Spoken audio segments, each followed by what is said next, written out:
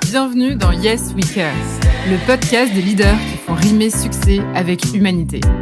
Je m'appelle Faustine Durier et j'ai une conviction, l'entreprise de demain est celle qui valorise l'intelligence du cœur au même titre que la performance du chiffre. C'est ce qui m'a poussé à créer Humanside pour proposer des conférences et des formations qui mettent l'intelligence émotionnelle au service du management. Dans ce podcast, je vous emmène à la rencontre de dirigeants qui ont fait le pari du care. L'objectif, vous inspirer, vous donner envie de vous lancer et vous montrer par l'exemple que ce n'est pas parce que les choses sont difficiles que nous n'osons pas.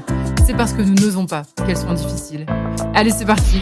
Alors aujourd'hui, j'ai l'honneur de vous recevoir Muriel Pénicaud. Bonjour. Bonjour. Merci infiniment d'avoir accepté cette invitation. Alors Muriel, vous êtes une figure emblématique du monde du travail en France, mais aussi un esprit libre qui défie toutes les étiquettes. Vous êtes une ancienne ministre du Travail, évidemment, mais aussi dirigeante d'entreprise, diplomate, responsable associative, photographe, auteur. Vous incarnez parfaitement l'alliance entre performance sociale et économique, agrémenté d'une grande dose d'audace, parce que s'il est une chose que je retiens de votre livre Engagé, c'est que vous êtes une fonceuse, Muriel. Yes We Care vous va à merveille parce que vous poussez les murs pour les autres et vous avez fait de l'égalité femmes-hommes, du droit à la formation et de l'emploi des jeunes vos combats. Alors, je vous propose, si vous l'acceptez, de vous présenter et de nous partager ce qui a défini votre parcours et aussi d'où viennent cette force et cette ferveur qui vous caractérisent. Alors, on ne sait jamais d'où vient la force et surtout, elle grandit au fil du temps par l'énergie qu'on multiplie en travaillant ensemble sur des projets, en gagnant des victoires qui servent aux autres. J'ai l'impression d'avoir de plus en plus d'énergie au fil des décennies parce que je suis nourrie de l'énergie des autres. Mais quelquefois, l'énergie, elle vient au départ comme une révolte. Moi, ça a commencé comme ça, plutôt. C'est pas uniquement biologique. Enfant, j'étais malade tout le temps. Donc, mais il m'est arrivé quelques événements, dont un particulier à 10 ans, qui m'a fait un déclic, qui a créé une révolte, mais une révolte qui s'est transformée en action. Alors, j'étais à l'école et on devait faire un devoir en 6e sur que voulez-vous faire quand vous serez grande? Alors ça fait beaucoup de décennies pour les jeunes, donc bon, voilà. Il n'y avait pas de ChatGPT, quoi. Que voulez-vous faire? Et c'était une école que de filles, puisqu'à l'époque les filles étaient souvent, les écoles étaient souvent séparées. Et donc on planche toutes, et en général j'avais une très bonne note, j'étais très bonne élève, et je me retrouve avec 5 sur 20, la plus mauvaise note. Et donc l'enseignante rend les copies et me dit c'est très bien écrit, c'est magnifiquement écrit, mais c'est hors sujet. Votre réponse est hors sujet. Pourquoi? Parce que j'avais écrit que je voulais être chef d'orchestre. Je venais de recevoir mon premier disque de ma vie, qui est Casse-Noisette de Tchaïkovski. Je l'écoutais en boucle dans ma chambre, fenêtre ouverte pour chanter avec les oiseaux. J'étais vraiment dans un élan de liberté avec la musique. Je faisais un peu de musique. Et donc je décris pendant mon devoir, vu de l'intérieur à mes yeux, ce qu'était être chef d'orchestre. Donc je ne comprends pas, et à moitié avec les larmes d'une enfant de 10 ans, mais pourquoi hors sujet? Parce que une femme ne peut pas être chef d'orchestre, vous avez trop d'imagination. Ah, au secours. Et je suis rentrée à la maison, j'ai raconté ça, ça n'a ému personne. Et là, le ciel m'est tombé sur la tête, je me suis dit, attends, il y a un truc que j'ai pas compris. Il faut dire que je suis d'une famille nombreuse, donc j'avais des frères, des sœurs, des cousins, des cousines, on jouait à tout, on jouait à Zorro et on jouait aux poupées. Enfin, je n'avais pas perçu qu'il y avait une différence avant. Du coup, j'enquête et voilà, je découvre que c'est l'année où ma mère a le droit d'avoir son carnet de chèques et son compte en banque, etc. Enfin, tout démarre de ça. Et donc de ça, je suis un peu obstinée. Donc je cherche. Il n'y avait pas Internet pour les plus jeunes, donc dans les librairies et dans les bibliothèques. Et au bout de 2 ans, je trouve qu'il y avait 5 femmes chefs d'orchestre dans le monde. Et je décide que plus jamais on m'empêchera de faire quelque chose qui est important pour moi. Je le décide vraiment en mon âme et conscience. Mais du coup, je m'intéresse aux injustices. À 15 ans, je suis déjà en train d'agir dans les bidonvilles parce que je découvre qu'il y a des jeunes qui ont absolument pas les chances d'émancipation sociale. Enfin, tout mon combat social. Ça vient de votre famille? Enfin, je veux dire, vos frères et sœurs sont pareils ou c'est vous... Chacun est différent. On a une éducation. Ça, c'est mon destin à moi. Et puis d'autres ont un autre destin et chacun a un destin différent. Non, c'était pas spécialement familial. Mais du coup, je pense que j'ai découvert le monde avec ce prisme-là et j'ai eu envie de m'engager socialement très jeune.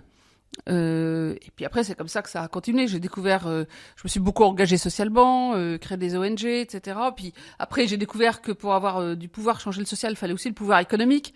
Donc, j'ai voulu aller dans l'entreprise. Puis je suis devenue dirigeante des ressources humaines de grands groupes, Danone et Dassault Systèmes. Et puis le politique, c'était aussi un autre levier pour faire changer la société.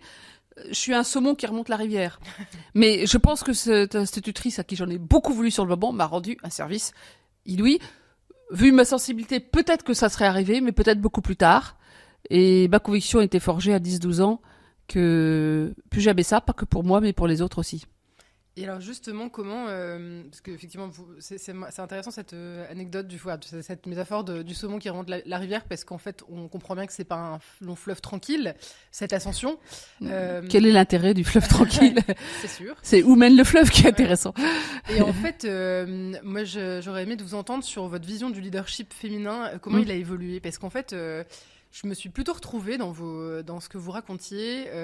Je supporte pas la victimisation sur les femmes qui n'ont pas accès au pouvoir, etc. Et vous partagez dans votre livre engagé, que je recommande à tout le monde, qu'au final, la loi Copé-Zimmermann, ça a été un peu une forme d'humiliation de vous dire on a besoin de quotas pour exister dans les conseils d'administration.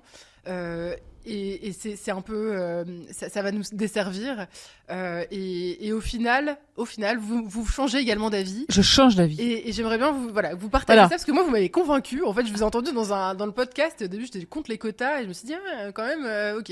Au départ, moi je fais partie de la génération qui est entrée dans des conseils d'administration au moment de la loi Copé-Zimmermann. Depuis 30 ans, dans les conseils d'administration, il y avait 11% de femmes. Ça ne bougeait pas depuis 30 ans.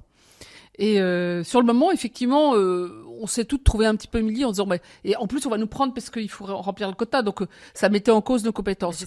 On a changé d'avis très vite parce qu'on s'est aperçu qu'il y avait plein de femmes qui étaient invisibilisées et qui étaient largement aussi compétentes. Puis en entrant dans les conseils d'administration, on a découvert qu'ils n'étaient pas tous aussi compétents que ça. En fait, que c'était pas le sujet. Et qu'en fait, c'était le seul moyen de progresser. Et c'est grâce à la loi Copé-Zimmermann aujourd'hui, qui est loi de 2011, qu'aujourd'hui, il y a 46% de femmes dans les conseils d'administration des sociétés cotées en France. On est le pays le plus avancé au monde grâce à ça. Parce que il faut bien voir que dans une entreprise, si on n'a pas d'objectif chiffré, si on ne mesure pas, on ne progresse pas. Et c'est d'ailleurs dans cet esprit que j'ai, dans la loi de 2018 que j'ai portée, la loi pour la liberté de choisir son avenir professionnel, j'ai mis en place une obligation de résultat sur l'égalité femmes-hommes et l'index pour mesurer les progrès. Et puis, 2 années plus tard, la députée Marie-Pierre Rixain, pour la loi Rixain, soutenue par la ministre Elisabeth Moreno, elles ont mis le nombre de femmes dans les comités de direction. Donc on a l'arsenal législatif le plus avancé au monde. Ça ne veut pas dire qu'on y est. On n'y est pas encore du tout à l'égalité. Mais les chiffres, c'est une machine à obliger les entreprises à progresser. Parce qu'ils sont visibles, ils sont publics. Et ça a eu de l'effet. Non, mais ça c'est clair. On le voit partout sur les. Donc, faut pas. Ça fait que tout le monde. Et c'est pas humiliant. Et je peux vous dire que, en plus, chose très rigolote, c'est que comme nous les femmes, nous avons souvent un sentiment d'imposture. On a à la fois meilleurs élèves, bonnes élèves et imposture. Bon, bref, passons. C'est tout le poids de l'éducation. Donc la plupart des femmes qui sont allées en conseil d'administration, elles ont demandé à se former. Mais ça n'existait pas, les formations. Les hommes l'avaient jamais demandé. C'est ça, c'est qu'un homme n'a pas pensé à ça, en fait. Il n'a pas pensé il dit qu'il apprendra sur le tas. Absolument. Et donc, du coup, aujourd'hui, il y a beaucoup de femmes qui président des comités d'audit. Moi, j'ai présidé des comités aussi. Enfin, les femmes se sont rendues compétentes parce qu'elles se sentaient illégitimes. Ce qui fait qu'aujourd'hui, quasiment tous les chefs d'entreprise reconnaissent que c'est un énorme apport. Et que ça soit le FMI, le OCDE ou PwC et McKinsey, ils ont mesuré le fait qu'il y ait plus de femmes dans le comité de direction et le comité conseil d'administration crée plus de performance, de la performance plus durable, plus de résilience et plus d'innovation. Alors, oui, en fait, ce que vous donc, mais tout ça, il a fallu les quotas pour y passer. Ça a remonté le niveau, en fait. Ah, ça a remonté le niveau. Parce que les femmes se sont formées et donc elles ont apporté, en fait, un niveau de professionnalisme qu'il n'y avait peut-être pas forcément avant. Et, Puis elles ont eu des parcours souvent différents, donc ça enrichit la vue à 360 que doit avoir un conseil. C'est énorme. Et justement, au sujet du syndrome de la bonne élève, vous avez dit dans un podcast, le syndrome du bon élève limite la confiance en soi et l'audace, et vous avez partagé un super conseil. Vous ne devez pas savoir tout sur tout dans l'entreprise, vous devez savoir poser les bonnes questions. Comment vous expliquez que les femmes, encore aujourd'hui, souffrent très souvent de ce syndrome de l'imposteur et qu'elles font pas comme les hommes, qu'elles veulent toujours en faire plus, justement, qu'elles veulent toujours se démontrer qu'elles ont une légitimité D'abord parce que effectivement, comme le poids culturel est très intériorisé, y compris dans les familles, dans les écoles, les filles pour réussir, souvent, elles doivent en faire plus, mais il y a un piège là-dedans. Moi, j'ai souvent fait le test quand j'ai lancé le mouvement Eve chez Danone, qui est un mouvement de développement du leadership des femmes. Alors, je sais. Moi, j'étais chez AXA, j'ai vu ça de loin, je me suis dit, mais c'est trop génial, pourquoi on a Et pas franchement, ça le programme, il est toujours là. Il y a et 10 ans plus tard, aussi, qui était, il y a quasiment 10 000 femmes de plein d'entreprises qui sont venues. Mais je faisais toujours un test et ça marchait à tous les coups. Et dans toutes les conférences que je fais sur le leadership des femmes dans le monde, le test marche malheureusement à chaque fois. Je pose la question à l'audience et je leur dis vous aspirez à une telle promotion, il y a des hommes et des femmes qui promotion. À votre avis, pour avoir des chances de réussir et pour réussir dans le job de votre promotion, il vous faut quel pourcentage des compétences du poste Et en général, là, tout le monde dit 100. Et il y en a de temps en temps qui disent quand même 120% c'est mieux parce que comme on nous attend au tournant, vaut mieux être over compétente. Ok. Je pose la question, parce qu'il y a toujours une partie d'hommes dans la salle, la même question aux hommes, ils disent « Oh ben non, 80% ça suffit ». Puis il y en a toujours un courageux qui dit « Ouais, enfin 50, si on me nomme, ça suffit. J'apprendrai, j'ai les collègues, j'ai les collaborateurs. » Pour une fois, c'est eux qui ont raison. À condition d'apprendre. Mais vouloir croire... Si vous avez posé, vous, la question, vous aurez répondu quoi ? Alors, moi, je me suis débarrassée de ça il y a quelques années, où je vais comme tout le monde ça, mais j'étais plus tendue par l'objectif, donc je me posais pas trop la question de savoir si j'étais compétente ou pas. Je suis très... C'est un peu mon sujet, parce que je trouve qu'il y a quand même... et les buts étaient souvent des buts collectifs. Ouais. Si vous voulez, à un moment donné, vous donnez tout ce que vous pouvez donner, mais est-ce que vous êtes compétente ou pas ? Mais même quand Emmanuel Macron a nommé son premier gouvernement, quelques jours après, il me dit, il y a quand même quelque chose de curieux. Tous les hommes à qui j'ai proposé ont accepté, et les 3/4 des femmes à qui j'ai demandé ont demandé si elles étaient compétentes. Ouais. Et je dis, bienvenue à bord. Même à ce niveau-là, il y a un doute. Alors, le doute, ça peut être une force si ça donne envie d'apprendre, mais souvent, il est paralysant. Donc, mais le doute, en plus, met le doute à l'autre personne. Enfin, je veux dire, oui, absolument. Et puis, vous savez, on va être dans un monde qui évolue très vite, avec l'intelligence artificielle, la transition écologique, etc. Personne ne sera compétent complètement. La différence, ce sera ceux qui savent poser les bonnes questions et ceux qui savent apprendre. Tout le temps. C'est ça qui compte. Et l'audace, quoi, je veux dire, c'est ça qui... Mais l'audace, ça emporte tout, en fait. Enfin, l'audace collective, qui est pas la témérité pour moi, mais l'audace... Moi, quand j'ai un objectif, je sais pas, à 27-28 ans, je suis devenue directrice de la première mission locale et que j'avais une équipe de 40 personnes et il y avait 2000 jeunes dans la panade, vous posez pas la question, vous êtes compétent, vous cherchez tous les réseaux qui vont vous aider à réussir le projet. Donc, je pense qu'une des manières de dépasser ça, c'est pas se dire je ne dois pas douter, parce que alors douter qu'il faut douter, ça va pas aider beaucoup. C'est juste se dire, mais en fait, ça m'importe ou pas ? S'il m'importe, j'y vais. Et puis je vais pas seule, j'emmène du monde avec moi. Et je vais m'entourer pour que ça marche. Et je vais m'entourer, réseau, collègues, collaborateurs.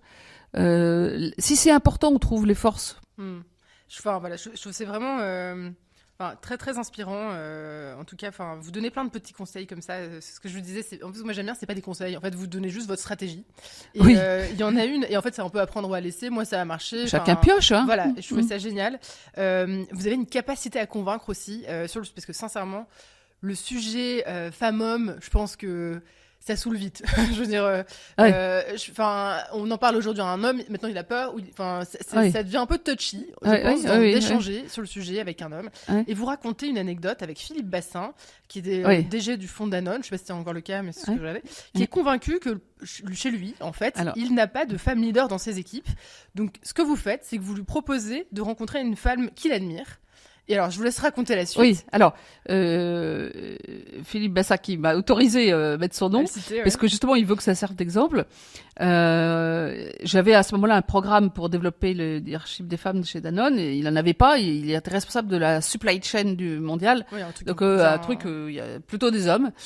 Et il me dit, moi, il y a une femme que j'admire, j'aimerais beaucoup la rencontrer. Donc, j'organise un déjeuner avec Nicole Lotta. Et le déjeuner se passe très bien.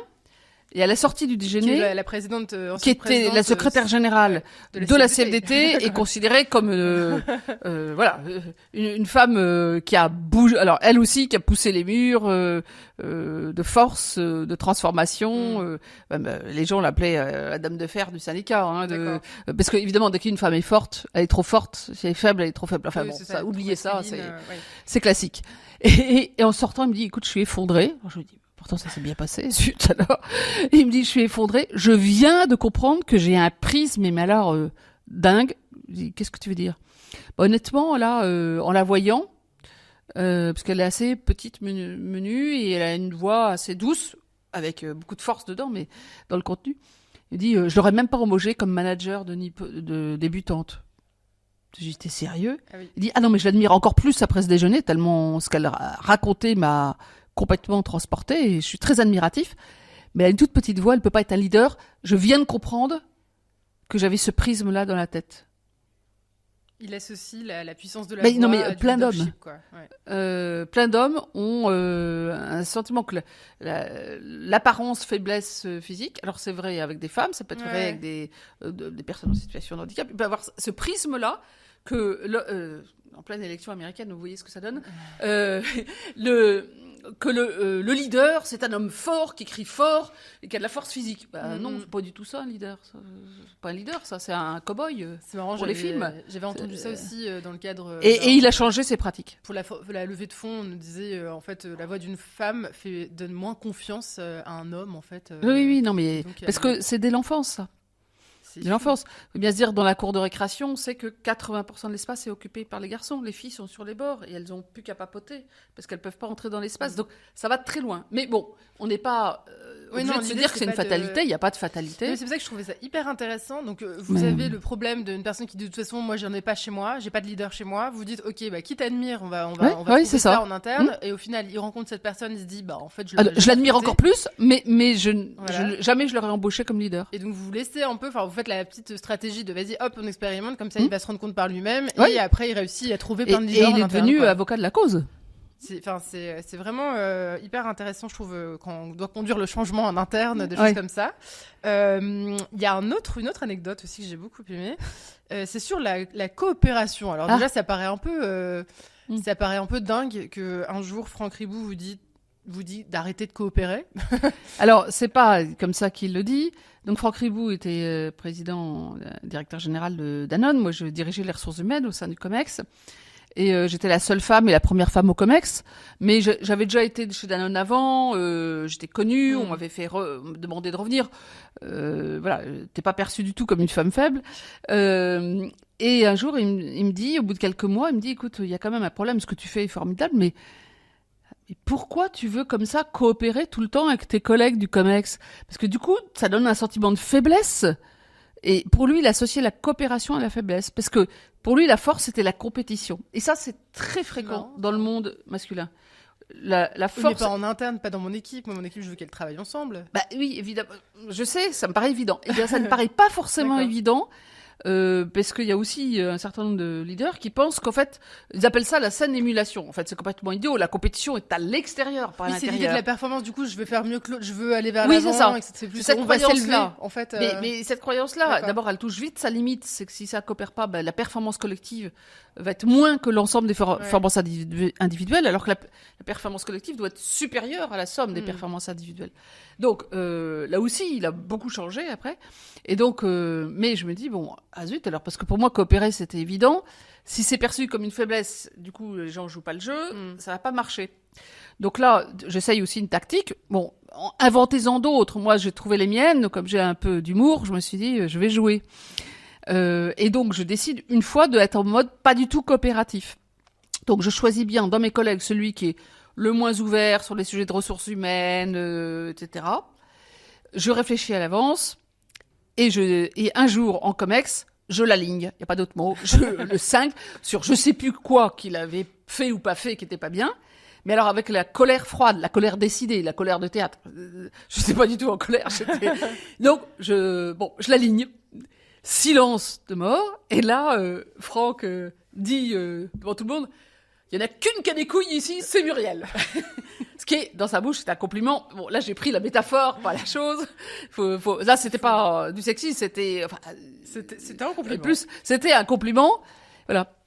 Mais le plus drôle, c'est que le lendemain, tout le monde voulait coopérer avec moi. J'étais devenue, vous savez, c'est le symbole du mâle dominant dans une meute, quoi. J'étais devenue une femelle dominante, à leurs yeux. Enfin, quelque chose comme ça. Et donc, tout le monde voulait coopérer. Super, donc ça se passe vachement bien pendant quelques semaines, 2-3 mois. Puis au bout d'un moment, mais moi, évidemment, je profite pour faire mon mode coopératif. Et au bout d'un moment, ça recommence à s'affilocher. Puis je sens bien que, si elle coopère, on n'est pas obligé d'aller dans son sang, on n'est pas obligé de le faire vraiment. Enfin bon, c'est pas grave, c'est pas si important. Parce que c'est engrammé culturellement. D'accord. Et donc, j'ai mis dans mon agenda, tous les 3 mois, à une date de Comex, un mystérieux FCC, pour me rappeler de le faire. Et FCC, ça voulait dire de moi-même à moi-même, faire une colère au Comex. Et je l'ai fait. Et ça a très bien marché. Voilà. Et j'ai plein d'amis de l'époque Danone, aussi bien Franck que les anciens collègues. Voilà, on est devenus très amis. Mais c'est vrai que j'ai un peu c'est dingue. Rusé. Alors, trouver d'autres moyens, mais c'est vrai que c'est pas toujours le frontal qui marche le mieux. Quelquefois, faut un peu de psychologie. La leçon entre guillemets, c'est que vous êtes pas. On vous dit, c'est naze, tu coopères trop, t'es trop vulnérable, etc. Alors qu'aujourd'hui, c'est génial d'être vulnérable. Oui, mais bon. Mais en fait, vous allez vous dire, vous êtes trop nul. Bon, vous avez. Ah oui, non. Non, en fait, je me suis pas dit ça. En fait, vous composez vraiment. Attends, donc bon, ils en sont là, ils raisonnent comme ça. Voilà, exactement. Comment je jouer avec ce qu'il y a en fait. Ouais, et comment je fais pour les coacher malgré eux, si j'ose dire. Et puis là, vous arrivez, hop, coopétition. Et en fait, c'est la coopétition. Voilà. Et, je trouve ça vraiment très chouette parce que voilà, on n'est toujours pas dans la victimisation. C'est plutôt, ok, j'ai pris en compte ce contexte-là, comment je compose et je reste. Et comment je trouve une solution. Temps, et du coup, je suis restée moi-même. Ouais, c'est très, très, très intéressant. Et une autre petite astuce, je vais partager tous les bons plans, tous les bons plans de Muriel. Voilà. C'était aussi sur la partie du programme F justement, qui à l'origine pourrait se dire, ça va être encore un club de femmes entre guillemets, un peu que de l'entre-soi. Et alors vous pour ne pas dire hystérique, etc. Voilà. Non, mais en fait, je vois parce que je trouve chez AXA, il y avait un truc qui était super aussi, mais je trouve que c'est vraiment intéressant ce que vous avez réussi à créer avec le programme Eve. Alors déjà, de l'accès déjà sur le développement personnel, c'est novateur, je pense. Et c'est pas un gros mot, parce que ça a pu l'être à un moment donné. Et enfin, vous avez réussi à associer des hommes en créant une sorte de FOMO, entre la fear of missing out, c'est-à-dire la peur de rater quelque chose. Non, mais j'ai même pas fait exprès. Avec Anne Thévenet, qui était la réalisatrice, qui l'est toujours, qui est le programme, on s'est dit dès le début, il nous faut des hommes, parce que sinon, on aura la suspicion, et il faut aussi qu'ils acceptent d'envoyer leurs collaboratrices, etc. Donc on a toujours eu 20% d'hommes. Le test 0, on l'a fait qu'avec des gens de Danone. Après, ça a été ouvert à Google, à SNCF, des tas d'entreprises. Et donc, la première fois, et moi, je dirigeais les ressources humaines du groupe. Donc, j'invite des gens à ce séminaire qui s'appelle Développement du leadership des femmes. Et je l'envoie, évidemment, à 20% d'hommes. Donc, je reçois un certain nombre de mails des hommes ou de coups de fil qui me disent, écoute, tu m'as invité, non, tu m'as invité à un séminaire de leadership des femmes, j'ai un problème ou... Je dis, non, mais tu verras, c'est très intéressant. Bon, ils y vont. Beaucoup sont bouleversés, disent plus jamais, ça change mes relations dans mon couple, ça change mes relations avec mes filles, et ça change mes relations dans mon travail. Donc ils découvrent des choses. Mais ce qui est le plus beau, c'est que dès le premier séminaire, au bout de 24 heures, ça dure 2-3 jours, au bout de 24 heures, je commençais à recevoir des mails. Dis donc, le programme Eve, là, t'as invité certains hommes, pas moi, pourquoi? J'ai un problème? Et là, je me suis dit, on est en train de gagner la bataille. Mais c'était la qualité des intervenants, c'était la qualité du programme. Et la dynamique. Parce que tout d'un coup, en étant en minorité, ils réalisaient toute une série de choses qu'ils n'avaient pas compris, parce que les femmes se parlaient librement. Vous pouvez donner un exemple d'intervention, justement, de sujet Alors, il y a des sujets qui vont du marketing de soi, de oser être soi, etc. D'autres qui sont plutôt des personnes inspirantes et des leaders qui sont inspirants. D'autres, c'était des trucs business, pour voir si on appréhendait des sujets business. Donc, beaucoup de développement personnel. Mais on avait ils ont toujours, ça continue. Vous êtes intervenu d'ailleurs Alors, je suis revenue l'année dernière. Ouais. comme intervenante. Ah, super. Alors c'était super chouette. Ah bah j'avoue, la boucle est bouclée, c'est bon. La boucle est bouclée, voilà. Non mais et donc non des intervenants qui sont des grands intervenants internationaux sur le sujet, des gens formidables, moyens, quoi, des gens formidables, c'est chouette. soit dans le témoignage, soit dans le coaching, des séances de coaching, c'est enfin. Ok. Mm. Non, c'est super. Et après, j'avais vu que vous avez fait ça aussi pour les jeunes, avec le programme Oui, Octave. Octave, Ouais, Mm. canon. jeunes et intergénération. D'accord. Mm. Bon, moi j'adore. En fait, vous savez pas, mais moi je vous ai rencontré quand vous avez lancé votre index Oui. d'égalité femmes-hommes. Parce qu'à l'époque, j'étais entrepreneuse, enfin je suis toujours entrepreneuse, mais Ouais. j'étais start-upeuse, voilà. D'accord. Et alors, c'était une personne de votre cabinet qui m'avait invitée au lancement. Vous étiez Ouais. avec Marlène Schiappa, je me souviens.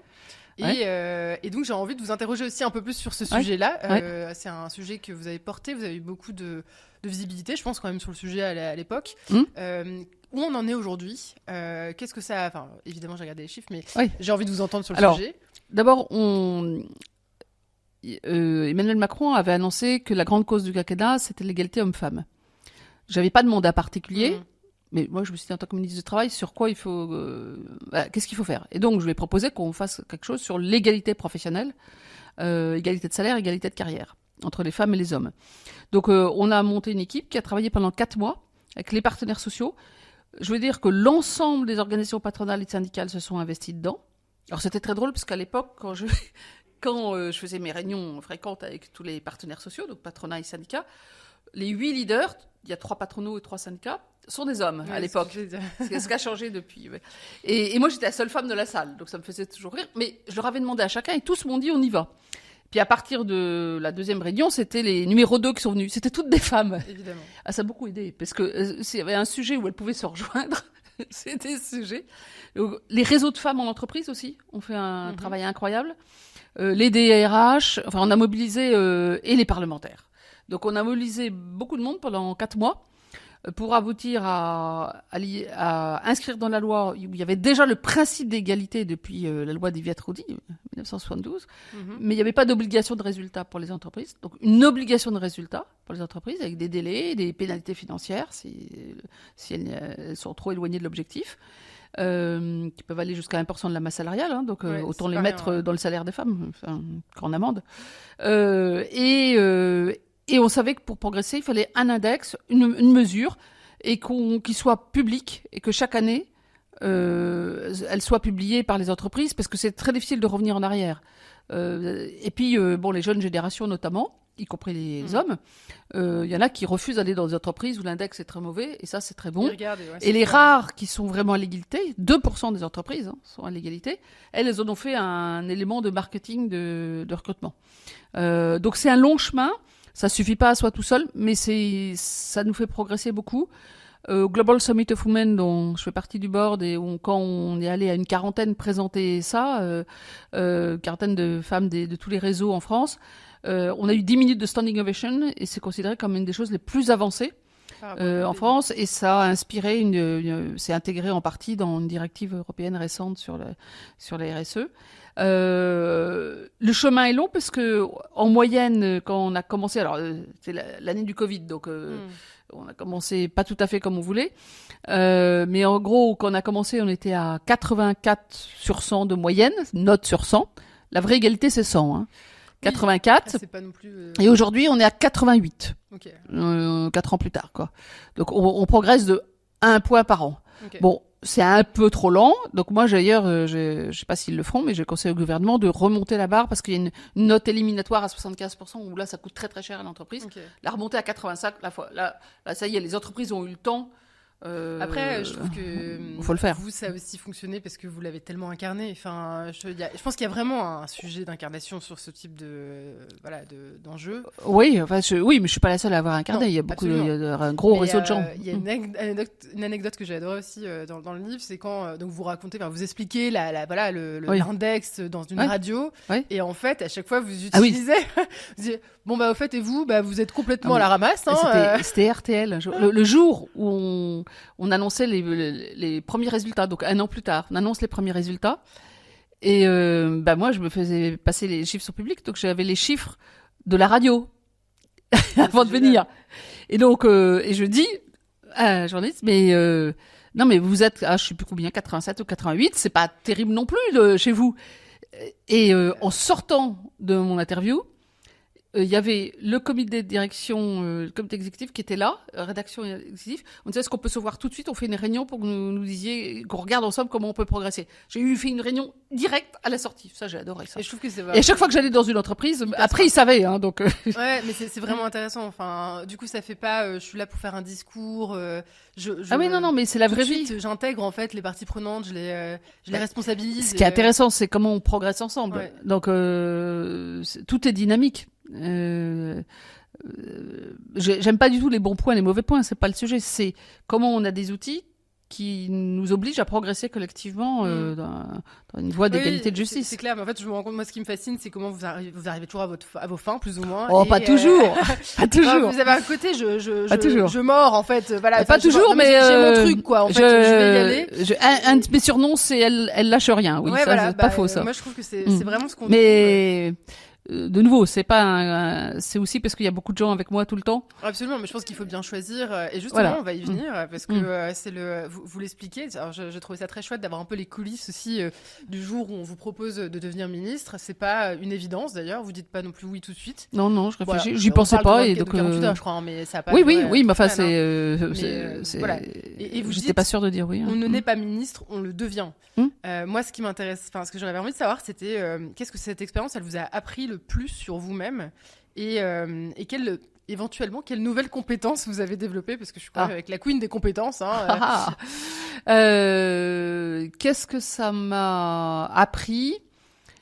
La première chose qui me vient à l'esprit, c'est que ça m'a appris qu'il faut toujours trouver pas un équilibre, parce que ça paraît statique, mais un juste retour entre ce que vous donnez et ce que vous recevez. Ça peut être vrai dans tous les compartiments de la vie. Ce que je veux dire, c'est que la vie en politique peut être particulièrement violente. J'étais sous menace de mort pendant 2 ans, je pouvais pas habiter chez moi, enfin, plus la boue dans les réseaux sociaux, etc. Je vous passe les détails, mais il y avait un côté cher payé. Il y a des gens qui me disaient, mais pourquoi tu restes? Si, parce que on a obtenu, on a réussi à faire la réforme de l'apprentissage, qui a divisé par 2 le chômage des jeunes, qui est vraiment un espoir pour 1 million de jeunes. L'index égalité hommes-femmes, qui a changé les choses. Hier, on a fêté l'anniversaire des 5 ans du CPF. Il y a 7 millions de Français qui l'ont utilisé pour pouvoir changer leur vie, aller en formation, changer de métier, avoir une promotion. 50% sont des femmes, 85% sont des ouvriers et employés. Avant, on n'y arrivait pas. On a contribué à faire baisser le chômage. On a mis en place l'activité partielle pour le Covid. Donc, ça valait la peine. Voilà. Mais le prix à payer existe. Le pouvoir ne justifie pas ça. C'est le pouvoir d'agir. Enfin, pour moi. Juste être ministre, en vrai, je m'en fiche. Par contre, ça a été, à ce moment-là, dans le premier quinquennat, dans une dynamique à un moment donné et avec les personnes qu'il fallait, ça a été un moment qui m'a appris qu'on pouvait pousser encore plus loin les murs. Il faut savoir qu'il y a des moments plus... Il faut aussi choisir le moment. Et si c'est le moment, vous savez, c'est comme dans la vie privée, des moments où ça s'accélère. La vie politique, il y a des moments où c'est un peu enlisé et il y a des moments où ça s'ouvre. La vie économique aussi. Si c'est le moment d'agir, c'est maintenant. C'est pas demain. Parce que même les choses long terme, elles se font à un moment donné. Vous savez, c'est comme un fleuve, il y a des bancs de sable sur les côtés, là, ça s'enlise. Mais au milieu, c'est fort. Et donc, il faut choisir le moment avec qui et veiller à qu'on se dise dans la glace, vraiment, ça vaut la peine. Voilà. Peut-être que j'avais ça avant, mais là, maintenant, c'est devenu très, très sharp. Okay. Parce que c'était une question... Ce qui est aussi une compétence, du coup, maintenant. C'est une compétence. Alors, et puis l'autre sujet, c'est... je l'avais déjà fait dans l'entreprise, mais là, de façon beaucoup plus forte, c'est comment... c'est une compétence difficile, individuelle et collective, mais comment agir à court terme pour avoir un impact long terme. Le monde, la vie politique est soumise au court terme, d'élections multiples tout le temps. Mais en fait, les choses importantes sont long terme. Et moi, j'avais une liberté, sous réserve de l'accord du PR et du PM, c'est que moi, je ne cherchais pas à faire une carrière politique. D'ailleurs, plusieurs de mes réformes, plusieurs hommes politiques très connus, de très haut niveau, m'ont dit moi, je ne l'aurais jamais fait parce que ça aurait pu me mettre en danger ma carrière politique. on voit bien que tu n'es pas une vraie politique. Mm. Alors j'ai dit, si, ça c'est politique, parce qu'on agit sur le long terme. Mais moi, je ne cherche, On parle pas de la même je chose, ne cherche pas de carrière politique.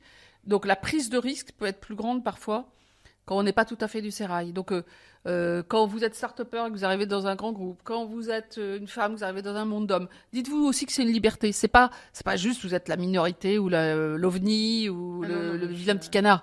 Dites-vous aussi que ça vous donne d'autres expériences, vous apportez d'autres choses sur la table, Et une liberté. mais aussi une liberté. Et la troisième compétence, c'est que je ne savais pas que je pouvais mobiliser autant de réseaux. Durables. Parce que moi, ça fait quand même 4 ans et demi que je suis partie. Et ces réseaux existent toujours. Et on agit sur d'autres terrains, ensemble. Et ça, c'est assez émouvant parce que c'est... voilà, Parce que c'est vrai enfin, moi, je découvre que vous êtes très international aussi. Oui, depuis toujours. oui. Et d'ailleurs, c'est aussi ce qui vous fait hésiter au départ. Oui, parce que moi, j'ai été depuis 25 ans à l'international. Et honnêtement, c'est ma respiration, c'est mon kiff, c'est mon univers. J'en ai besoin, quoi. Ouais. Pour respirer.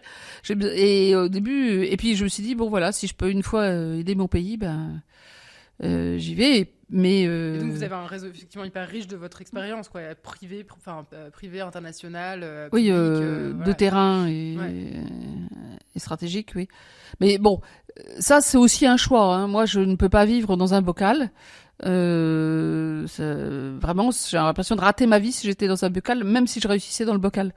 Donc j'ai besoin j'ai des ancêtres qui étaient corsaires, donc ça. Ça doit être ça. Mais justement, en fait, des corsaires italiens, donc génois. Donc il y a quelque chose de ça. Et donc du coup, j'ai fait un parcours. Alors c'est vrai qu'à chaque fois vous êtes un peu, faut refaire un peu ses preuves, mais de l'associatif au collectivité locale, de l'État à l'entreprise, du local au national, au mondial. Mais ça me plaît. Ouais. Et puis aussi dans l'art et aussi dans le. Des fois qu'on n'est qu'une vie, moi j'aime vivre assez intensément.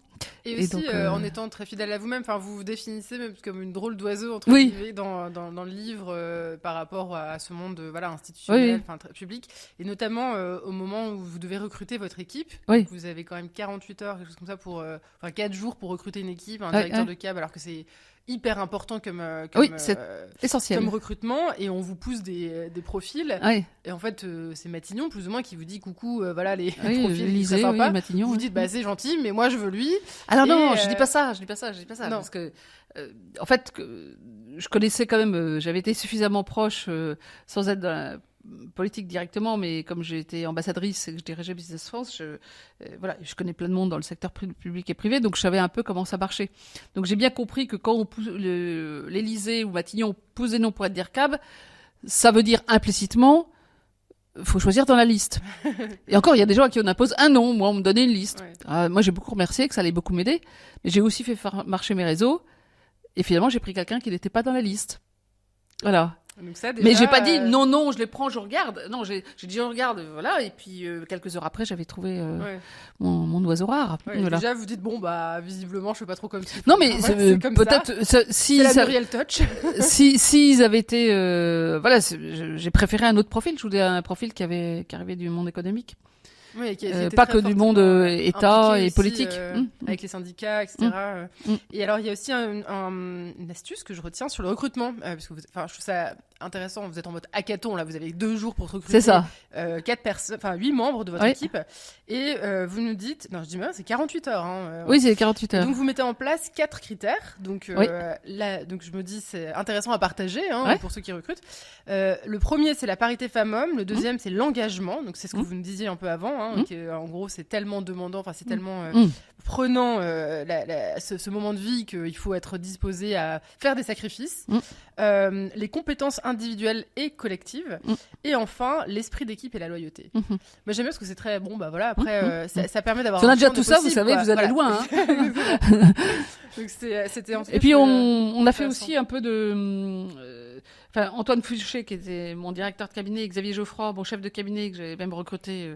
On découvre la nuance aussi. En fait, alors le directeur de cabinet, auprès du ministre, lui, il pilote la mise en œuvre de toutes les politiques, donc avec les administrations, en interministériel, les textes, les lois. Et le chef de cabinet, c'est celui qui organise la vie diminuer. Donc les déplacements, les conseils, les relations subtiles, et toute la vie, l'organisationnelle. Donc et avec voilà, et avec Stéphanie Rismond qui a été ma DIRCOM. Enfin, j'ai aussi pris leurs avis. Sur certains candidats, on a fait vous avez fait le recrutement ensemble en fait. On a fait, oui, je les ai d'abord recrutés et puis après ensemble on a coopté, recruté d'autres gens. Évidemment, c'est moi qui disais en dernier mot, mais je voulais avoir leur regard. Parce qu'après, c'était une équipe. Tellement proche. C'est une équipe. Et puis, l'équipe, elle travaille avec le directeur de cabinet tous les jours. Donc, et puis, ils avaient d'autres réseaux que les miens. Donc, ça a amené d'autres profils. Et alors, j'ai découvert aussi, effectivement, la précarité, entre guillemets, d'un cabinet. Oui, alors, oui, ça n'est pas très vendeur, mais, c'est horrible, non, mais le système a été fait pour que ce soit des hauts fonctionnaires. Qui, quand le cabinet s'arrête, repartent dans leur fonction publique. Donc le résultat, c'est que lorsque les gens viennent du privé, et moi sur les 10 membres du cabinet, il y avait une énarque et 9 qui venaient du secteur donc, privé, qui n'avaient pas de protection ils ont particulière. Même pas de mutuelle. Ils n'ont pas de mutuelle. Et puis le jour où ils partent, du jour au lendemain, il n'y a pas d'assurance chômage, il n'y a rien. Donc il a fallu qu'on appelle Pôle emploi à l'époque pour leur dire, bon, ils vous donnaient des ordres ce matin, peut-être que ce soir vous pourriez les faire. Oui, c'est complètement, c'est archaïque. Même les chauffeurs, vous racontiez, en fait, tout le monde doit changer, quoi. Oui, en fait, il y a une dramaturgie inutile. Aux États-Unis, il y a 3 mois et demi de transition. En France, il y a 3 quarts d'heure. Le temps de la passation. Et puis après, tous les contrats tombent. Mais les chauffeurs, l'huissier, la secrétaire, ne savent pas s'ils sont repris. Alors, c'est complètement idiot. Pourquoi on... voilà, c'est une dramaturgie qui traumatise tout le monde. Donc voilà, c'est bon. Puis en fait, en termes de transmission, effectivement, c'est aussi un peu. Oui, alors en fait, on reprend presque tous les mêmes. Mais, D'accord. Alors, voilà, encore un truc que je trouve intéressant à partager, un truc, en tout cas une manœuvre que vous avez que j'aime beaucoup, c'est que je remarque qu'en fait vous donnez le rythme pour faire avancer les choses. Ouais. C'est le côté chef d'orchestre qui est resté un peu peut-être. Et en fait c'est vraiment intéressant pour chacun, en fait, chaque dirigeant. Je trouve que de toute façon c'est un peu un manuel, votre livre, sur un dirigeant qui est exposé ou qui doit prendre des décisions. Et d'ailleurs pour tout manager, tout collaborateur, c'est vraiment intéressant de voir ça. Parce que dans tous vos rôles, à chaque fois, c'est un peu vous qui faites en sorte de reprendre en fait la temporalité de certains éléments. Par exemple, plutôt que de pousser une loi à votre arrivée en tant que ministre du Travail, vous mettez un peu en place une sorte de stratégie des petits pas avec les ordonnances.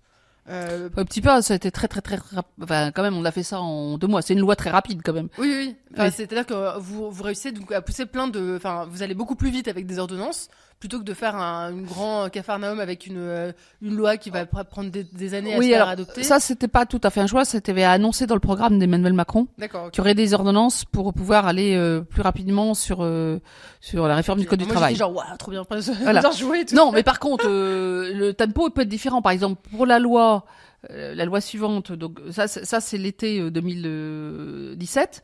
Et donc l'année suivante, c'est la loi pour la liberté de choisir son avenir professionnel. Donc les deux ont été publiés en septembre. Donc on publie 2 grands appareils législatifs à 1 an d'intervalle. Donc grosse activité législative les 15 premiers mois. J'ai eu la chance d'être la ministre qui a eu le plus de capacité de porter des textes transformants au début du premier quinquennat.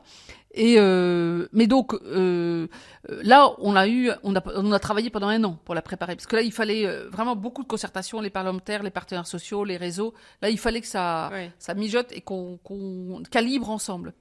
Par contre, au moment, et c'est là où le rythme, c'est un choix à chaque fois, dans les contraintes évidemment constitutionnelles, c'est au moment du Covid. Ouais. Parce que là, lorsque je faisais partie des quelques ministres qui ont su avant qu'il y aurait un confinement, les ministres économiques, sociaux, santé, évidemment, il fallait qu'on le sache, quelques jours avant, mais ça s'est décidé en quelques jours. Confinement général de toute l'économie, de tout le pays. Donc, on s'est dit qu'est-ce qu'on fait pour protéger les emplois, les compétences, les emplois pour que les gens ne partent pas au chômage, parce que les PME, on les arrête dans 3 semaines. On était début mars, l'annonce a été faite le 16 mars, nous on devait être le 12 ou le 13. On va avoir 1 million de chômeurs. Et les entreprises en plus, elles perdront leurs compétences, donc elles ne repartiront pas après. Donc c'est là qu'on a proposé, on a travaillé jour et nuit, mettre en place un airbag généralisé avec le PGE pour les entreprises, ça c'est du côté Bercy, et du côté ministère du Travail, l'activité partielle généralisée, mais en changeant le système où il fallait 2 mois d'attente pour avoir des réponses, un truc a priori, par simple déclaration en réseau, et 3 semaines après, on payait les salaires de 8 millions de Français dans 1 million d'entreprises. Là, le tempo était dément. Et c'est vrai que là, il fallait proposer un tempo complètement différent. Donc, en 2 semaines, je suis allée 12 fois au Parlement proposer des ordonnances pour régler des bouts de problèmes parce que derrière, il y a évidemment plein de sujets à traiter. L'administration a fait un travail, mais absolument remarquable pour bâtir le système informatique qui marchait 3 semaines après. Pour payer 8 millions de salaires dans 1 million de... Voilà. Ils ont fait un exploit incroyable. Et les partenaires sociaux, là aussi, c'était vraiment l'union sacrée. On n'avait pas encore la visio, donc on avait des calls 3 fois par semaine. Tous les numéros 1 étaient là. Et là, je leur dis, bon voilà, remonter les problèmes, qu'est-ce qu'il faut faire? Ah oui, les marins-pêcheurs, ça marche pas parce qu'ils n'ont pas de salaire de base, donc ils n'auront pas droit. Donc alors, on crée une mini-loi, c'était une ordonnance. Chaque fois, c'est des micro-lois. On a créé comme ça un nombre de textes incroyable pour résoudre tous les problèmes, mais on était en collection totale avec le terrain pour résoudre les sujets. Là, on a fait un tempo de malade, mais qui était nécessaire. Donc, vous voyez, il y a 3 tempos différents, finalement. Il y a un tempo qui était assez rapide, mais on a quand même fait du qualitatif, parce que les ordonnances travail, ça a été très rapide, d'un point de vue législatif, mais on a quand même mon cabinet a passé 300 heures avec les partenaires sociaux, et 100 heures, moi, où j'étais à la fois au Parlement, pour une partie du texte en avance, et l'autre partie, on était en train de discuter avec les partenaires sociaux. Donc, on a fait très intensément quelque chose d'assez court, mais quand même très concerté. La loi d'après, elle est entièrement concertée, et il y a 1 an de travail de préparation. Et les derniers trucs, ça se joue en 15 jours, 3 semaines. Donc, 3 tempos différents. Mais ça, c'est intéressant, parce que par rapport à ce que vous disiez du leadership, je crois que le leadership, c'est 3 choses. C'est donner le cap. Alors, vous l'inventez pas tout seul dans votre chambre, alors c'est un peu dangereux, mais vous synthétisez et à un moment donné, donnez l'orientation, donnez le cap. Deuxièmement, le tempo. Et troisièmement, c'est vraiment l'empowerment de tout le monde. C'est comment vous faites révéler, vous donner du pouvoir aux talents individuels et collectifs pour qu'ils puissent, eux, trouver toutes les solutions que ça représente. Et là, c'est vraiment dans ce sens-là, c'est plus comme ça. C'est vrai que ça fait vraiment chef d'orchestre, là. Oui, en fait, c'est marrant, je suis en train de... Donc là, on donne le cap, et voilà. Oui, on va jouer la toccata de Bach, machin truc. C'est fou, voilà, on prend à ce rythme-là, et hop là, allez, les trombones, les orgues, je viens de réaliser en vous le disant. Mais en fait, finalement, j'ai réalisé mon rêve, en fait. Exactement, vous avez et c'est génial, vous venez de m'apprendre que je viens de réaliser j'ai réalisé mon rêve. Avec le geste, c'était vraiment ça. Je viens de réaliser que je l'avais réalisé. Je passe rapidement aussi sur la partie média, parce que c'est pareil, vous partagez, je trouve, des conseils, parce que vous avez quand même été assez injustement attaqué. J'ai été bien attaqué, oui. Ouais, par les médias. Donc, vous parlez aussi du moment de quotidien qui s'est souvent moqué de certains types de langage. Après, vous avez quand même... Et qui refusent de que je vienne, parce que ils disent, ah non, mais comme on a trafiqué la voix, les gens vont s'apercevoir que ça n'est pas vrai. Vous allez casser notre truc. Enfin, vraiment, et puis vous partagez quand même, je me permets, parce que c'est écrit aussi que vous souffriez aussi à ce moment-là d'un cancer de la thyroïde. Oui. Ils le savaient pas. Bah oui, mais c'est pour ça que vous proposez d'intervenir, j'imagine. Oui. Plus grave encore, on vous a accusé d'avoir provoqué un plan social pour faire augmenter la valeur des actions à l'époque où vous étiez chez Danone. Comme si... vous direz, ces épisodes m'ont tanné le cuir, donc j'imagine bien. Et après, c'est pareil, vous nous repartagez une stratégie où on est un peu sur le côté, ça servait à rien en fait d'aller sur le front, de tout nier en bloc, de perdre autant d'énergie.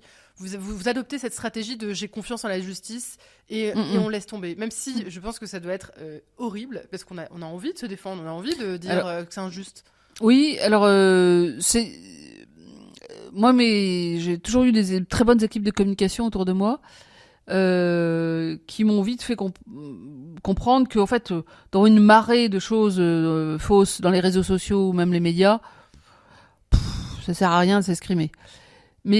Et donc, la seule chose, c'est que moi, je regardais pas les réseaux sociaux, parce que, j'avais pas le temps, mais 2, ma com me disait, Là, ça va te bouffer de l'énergie là. Bon, après, vous avez aussi le sens de l'humour. Donc, Oui. c'est pratique. Ah bah, le sens de l'humour, c'est une bonne défense. Le plus drôle, c'est la fois où le Courrier Picard, pas une importance fondamentale, mais il a écrit un article qui parlait de mes 2 parents. Ma mère était déjà morte, voilà.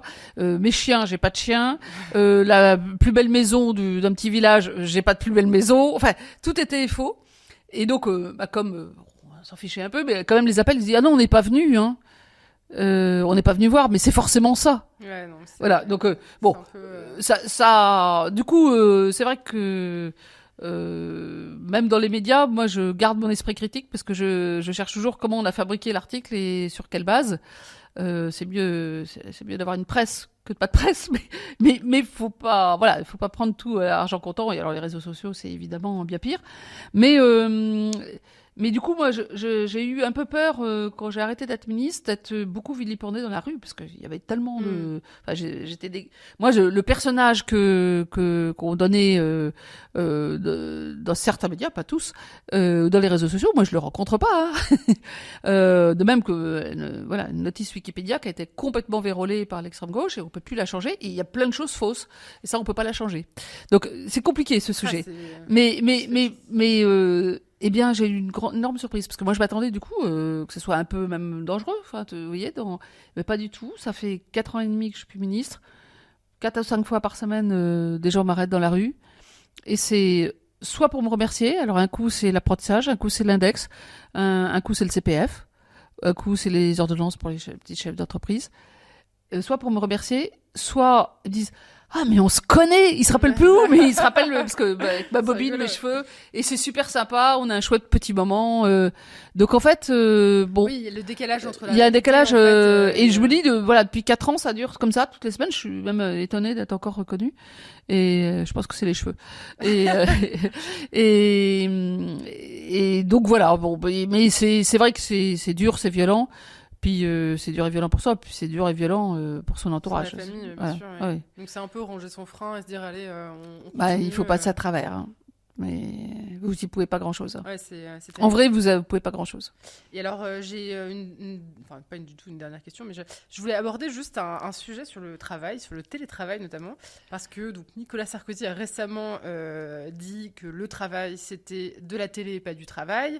Vous aviez aussi à un moment parlé de Mélenchon, qui avait fait aussi une petite citation. Oui, au moment des ordonnances travail. Voilà, pépite sur le sujet. Qu'est-ce que vous pensez de ces réactions? Alors, je me permets aussi, est-ce que vous pensez qu'on ne travaille pas assez en France? Alors, c'est 2 sujets complètement différents. Je crains qu'il y ait un petit sujet générationnel quand on parle de Nicolas Sarkozy et de Mélenchon.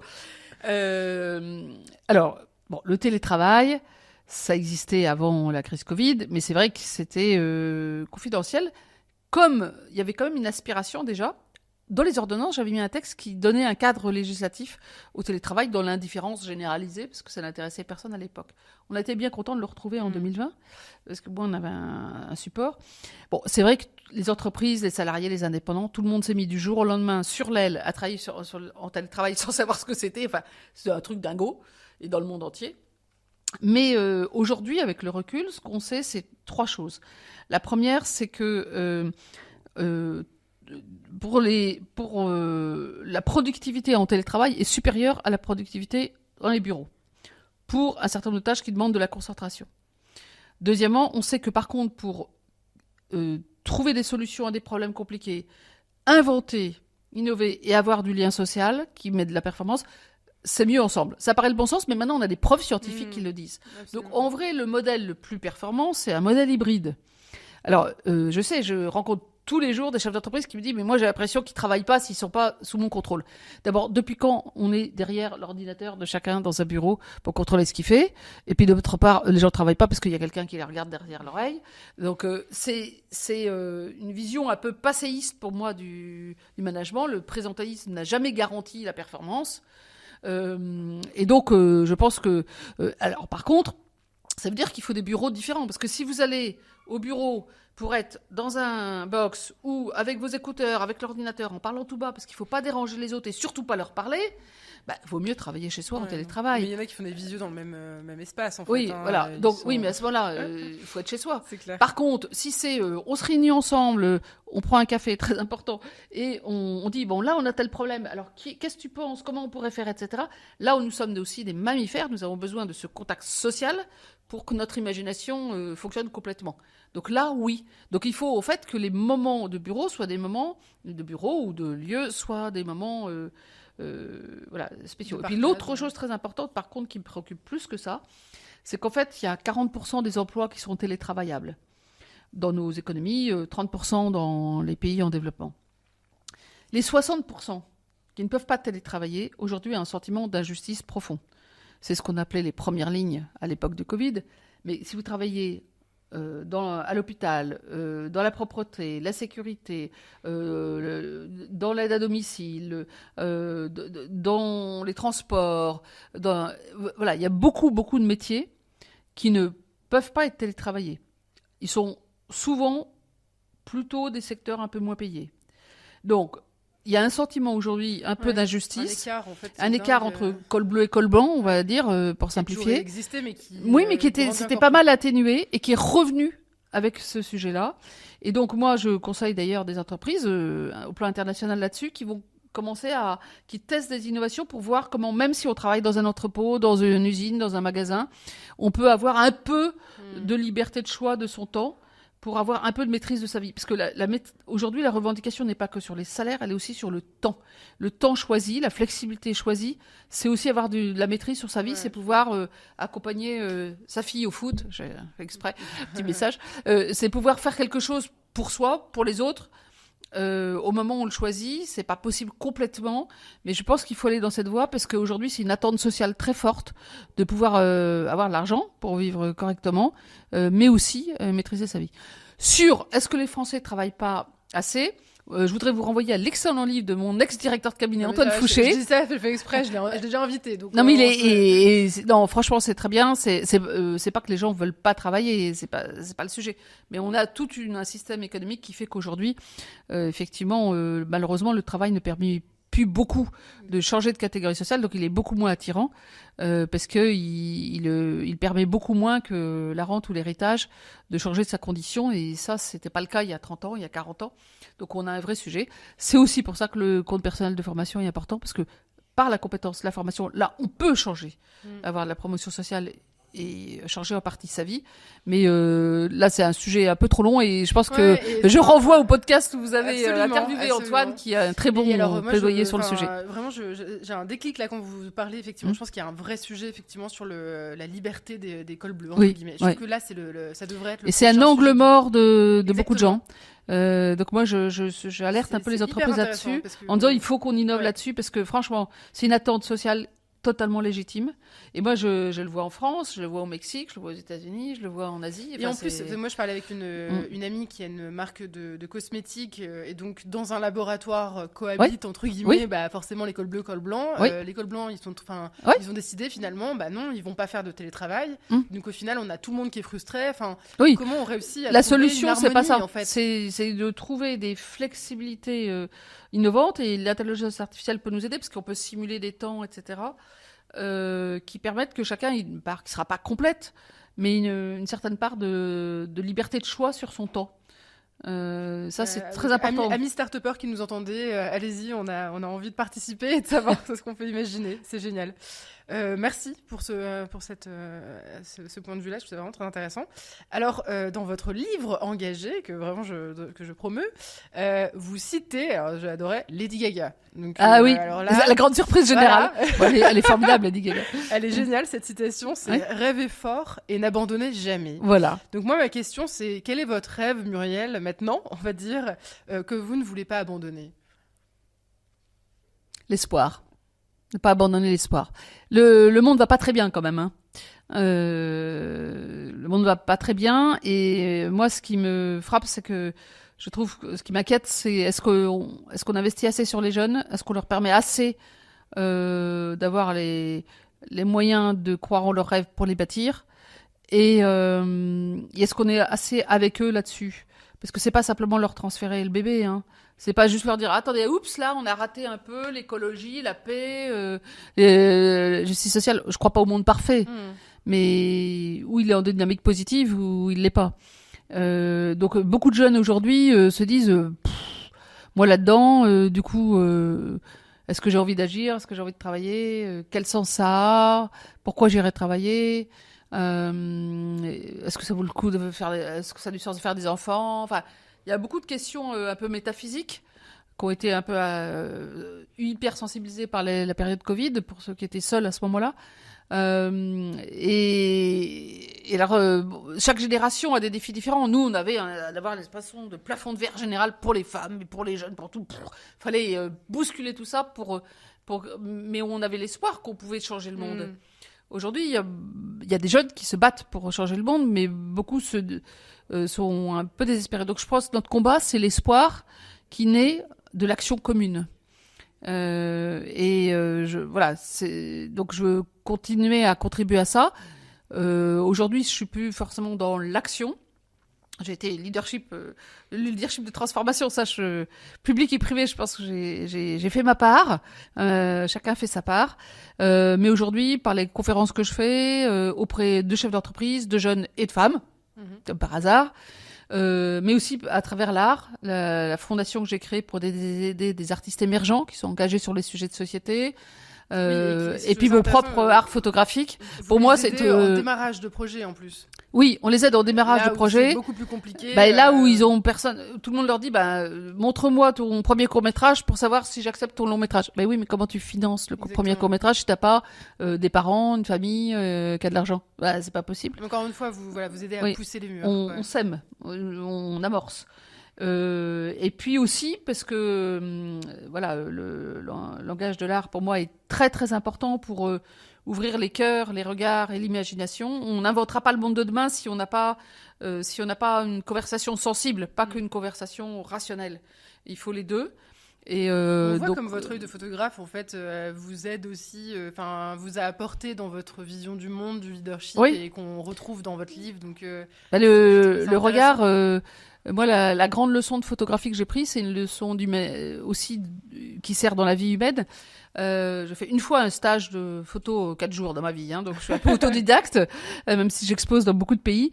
Et je me rappelle, l'animateur m'avait dit une chose, je fais train de photographier un truc qui était très intéressant. Et il me dit, oui, mais est-ce que tu as regardé derrière toi? On voit à peu près à 120 degrés. Il y a 240 que tu vois pas. Peut-être que c'est encore plus intéressant derrière. Alors en photo, je l'applique, souvent je me retourne, et une fois sur 4, il y a quelque chose de très intéressant derrière. Mais imaginez dans la vie, si on fait tout ça, on se dit, tiens, mais je suis en train de pousser ça, mais tiens, il y a d'autres gens derrière, mais il se passe autre chose. Je trouve que ça ouvre à l'humanité. Je trouve que l'art est très important parce qu'il nous ouvre, il ouvre délicatement comme des pétales nos sensibilités, nos cœurs. Et la manière de regarder, c'est après la manière d'agir ensemble. Donc voilà, c'est plaidoyer aussi pour ça. Et je pense que les chemins du possible passent aussi par l'art. Super. Alors j'ai 2 dernières questions. La première, c'est si vous aviez une affiche, quelque chose qui devait être dans votre bureau, qui reprend un mantra, une philosophie de vie, qu'est-ce qu'on lirait sur cette affiche-là? Alors on verrait la citation de Lady Gaga, ça c'est sûr, rêver fort et n'abandonner jamais, et une autre d'Isaac Newton que j'aime beaucoup, qui dit les hommes construisent trop de murs et pas assez de ponts. Et je crois que dans le monde très fragmenté dans lequel on est, très très fragmenté, la capacité à bâtir des ponts, c'est franchement, ça c'est c'est ce qu'on voit bien dans votre parcours aussi. C'est peut-être le plus important pour le vivre ensemble. Génial, merci. Et la dernière question, c'est quelle personne que vous admirez et qui existe encore, je devrais inviter dans ce podcast-là, donc qui est quand même autour du CARE, du Yes We Care, du leadership, et quelles questions je devrais lui poser? Edgar Morin. Il a des mots très forts sur l'humanité et aussi sur l'incertitude. Il dit, alors je paraphrase, vivre, c'est vivre dans une mer d'incertitude en se ressourçant de temps en temps sur les petits îlots de certitude. Des phrases qui aident à vivre, vous savez, des mots qui aident à vivre. Ouais. Et donc ça, je trouve que c'est des gens qui ont une sagesse qui est inspirante.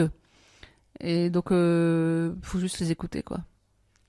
Super. En tout cas, un grand merci encore, Muriel, pour cette conversation passionnante. Merci beaucoup. Vraiment, c'était un plaisir de pouvoir parler avec vous, de lire également votre livre, donc que je conseille à tout le monde, et d'aller voir vos expositions, d'aller vous solliciter pour faire des conférences aussi. Oui. Et puis, on vous souhaite encore beaucoup J'ai un site où on peut voir quelques-unes de mes photos et mes conférences. Oui. Voilà, on vous souhaite encore plein de photos et de continuer à pousser les murs, et merci pour ça. Et vous aussi, parce que vous poussez vos murs, les murs à votre façon, ça je l'ai bien repéré. Merci beaucoup. Au revoir. Au revoir. Merci pour votre écoute. Si ce podcast vous a plu, s'il vous plaît, laissez un avis sur iTunes et les autres plateformes d'écoute. Partagez cet épisode autour de vous et n'oubliez pas de vous abonner. Je vous dis à très vite dans un prochain épisode de Yes We Care, le podcast des dirigeants qui font rimer succès avec humanité.